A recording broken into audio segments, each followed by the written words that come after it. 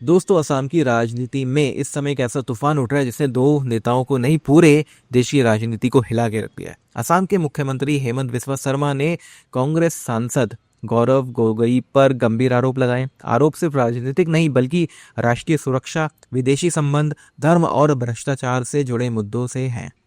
अब सवाल यह है कि क्या ये सिर्फ चुनावी रणनीति है या फिर इसके पीछे सच में कोई बड़ी कहानी है, कोई कंट्रोवर्सी है।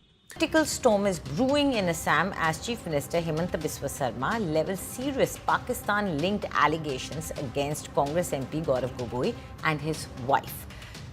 But once he was in Lahore, the Pakistani Interior Ministry expanded the scope of his visa so he could go to Islamabad as well. Why did you enter for Lahore and go to Islamabad? How are these questions which are not relevant? आज हम पूरे मामले को facts, आरोप, जवाब और राजनीतिक असर चारों एंगल से समझने की कोशिश करेंगे।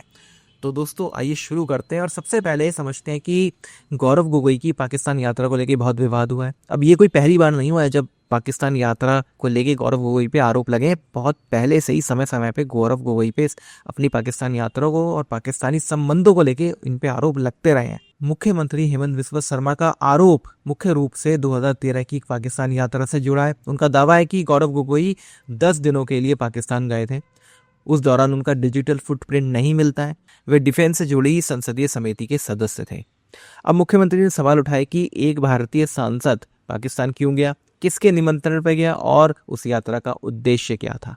उन्होंने हनी ट्रैप और ब्लैकमेलिंग जैसी आशंकाएं भी व्यक्त की हैं। Gaurav Gogoi's wife worked initially in Pakistan in a particular organization.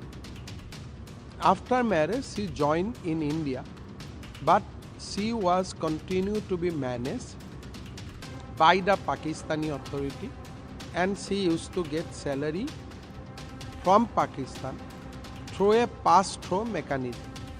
How a MP from India can be invited by Ministry of Interior, and in how he spent that 10 days in Pakistan. These are the question we have asked. अब गौरव गोगोई ने भी इसका जवाब दिया। अब उन्होंने कहा कि उनकी पत्नी एक अंतर्राष्ट्रीय प्रोग्राम के तहत क्लाइमेट चेंज प्रोजेक्ट पे काम कर रही थी और उसके साथ वे गए थे। उन्होंने इन आरोपों को राजनीतिक और व्यक्तिगत हमला बताया है। ध्यान रहे कि अभी तक इन आरोपों पे कोई न्यायिक निष्कर्ष सामने नहीं आया है और जांच की बात की जा रही है कि मेरी पत्नी 2012 में एक साल वो एक अंतर्राष्ट्रीय प्रोग्राम के अनुसार वो पाकिस्तान में थी। एक साल वो उसने वहाँ पर एक अंतर्राष्ट्रीय क्लाइमेट चेंज के प्रोग्राम पर काम किया, तो उसको काम से जाना पड़ा। मैं उनका शौहर, मैं उनका पति, मैं भी उनके साथ गया। मुख्यमंत्री हेमंत बिस्वा शर्मा का आरोप है कि गोगोई की पत्नी एक ऐसी संस्था से जुड़ी थी जिसे कथित तौर पर पाकिस्तानी नागरिकों से फंडिंग मिलती थी। उन्होंने एक नाम भी लिया जिसे उन्होंने पाकिस्तान की खुफिया जो एजेंसी है उससे जुड़ा हुआ बताया है। अब गोगोई ने इसका भी जवाब दिया। उन्होंने कहा कि भाई उनकी पत्नी जो है एक अंतर्राष्ट्रीय प्रोफेशनल है, उनका काम पारदर्शी है और ये एक महिला की गरिमा पर हमला है। अब ये सारी चीज़ें जो है वो पूरी तरह से कंट्रोवर्सी क्रिएट करती हैं कि सीधे सीधे जवाब देने के बजाय या कोई प्रूफ देने के बजाय आप फिर एक दूसरे पे आरोप लगाना शुरू कर देते हैं। अब ये मामला राजनीतिक से ज़्यादा व्यक्तिगत क्षेत्र में प्रवेश कर चुका है। Gogoi surrendered the Indian passport of both of his children and facilitated getting British passport. His wife already has a British passport.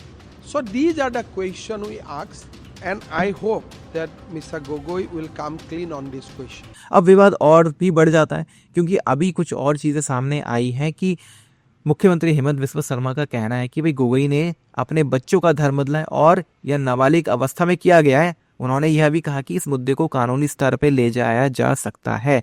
दोस्तों, नाबालिग बच्चों का धर्म बदलना एक कानून अपराध है और इसकी इजाज़त भारत का संविधान नहीं देता है। दूसरी तरफ गोगोई ने कहा कि यह पूरी तरह से एक निजी मामला है और इसे राजनीतिक हथियार बनाया जा रहा है। यह मुद्दा सीधे धार्मिक पहचान और वोट बैंक की राजनीति से जुड़ा है।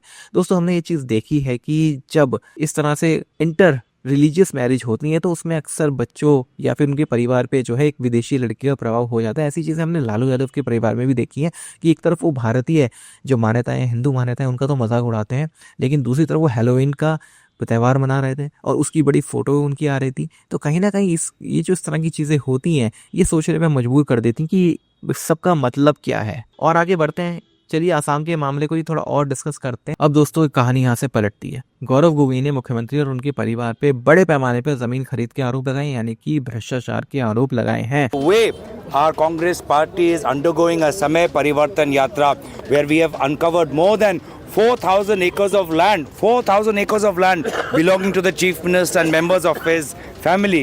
He is unable to hide from that. He is unable to run away from that. He is unable to hide that, and therefore a desperate Chief Minister is resorting to the only thing he knows, which is lies, lies and more lies. उनका दावा है कि 4,000 एकड़ से अधिक जमीन खरीदी गई है, जो कि परिवार से जुड़े हुए लोगों ने खरीदी है, यानी कि हेमंत बिस्वा शर्मा की पत्नी और बेटे पे ये आरोप है। कई जगहों पर भविष्य के प्रोजेक्ट को ध्यान में रखते हुए पहले से जमीन खरीदी गई है और सरकारी मशीनरी का दुरुपयोग है। अब यहाँ पे गौरव गोगोई ने एक नारा भी दे दिया। उन्होंने कहा कि ये जमीन जनता की होगी। अब इसका क्या मतलब है? तो उन्होंने कहा कि जितनी भी जमीन गलत तरीके से खरीदी गई है, इसे जब्त करके चुनाव अगर वो जीत जाता है, मुख्यमंत्री बन जाते हैं, तो जमीन को जब्त करके वो हम लोगों को में बांट देंगे। लेकिन ये कैसे होगा?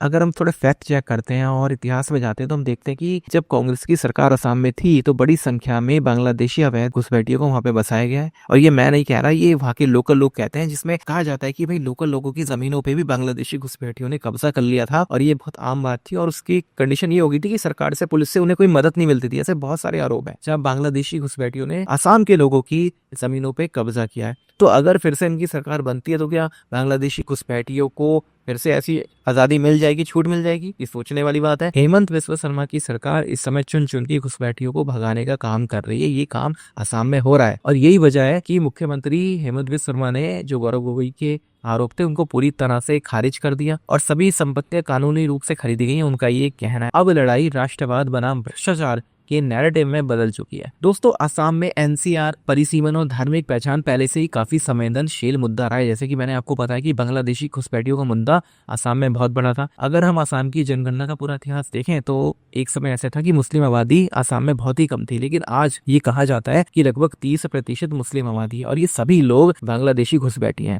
कांग्रेस के समय में बड़ी संख्या में बांग्लादेशियों को काफी सुविधाएं मिली, उन्हें वहां बसाया गया। ऐसा मैं नहीं कह रहा हूँ, ऐसा वहां के निजी लोगों का आरोप है। अब दोस्तों बीजेपी इसे राष्ट्रीय सुरक्षा और सनातन रक्षा का मुद्दा बना रही है, कांग्रेस इसे सत्ता का दुरुपयोग और भ्रष्टाचार का मुद्दा बना रही है। यह सिर्फ दो नेताओं की लड़ाई नहीं है, यह इमेज बनाम इमेज की लड़ाई बन चुकी है। अगर जांच एजेंसियां भी शामिल होती हैं तो मामला लंबा चलेगा और चुनावी प्रभाव भी इसका हो सकता है, क्योंकि आने वाले चुनाव में कुछ ना कुछ इसका प्रभाव तो जरूर होगा। अब दोस्तों आपसे एक सवाल है कि क्या ये राष्ट्रीय सुरक्षा का मुद्दा है या चुनावी रणनीति है या भ्रष्टाचार का बड़ा मुद्दा बनेगा या राष्ट्रवादी रहेगा? असम की राजनीति का यह अध्याय आने वाले महीनों में और गर्म होने वाला है, इसलिए आपकी जो भी राय हो कमेंट बॉक्स में जरूर लिखें कि आप इस सब के बारे में क्या सोचते हैं। तो दोस्तों आज के वीडियो में इतना ही था, मिलते हैं अगले वीडियो में, तब तक के लिए जय हिंद।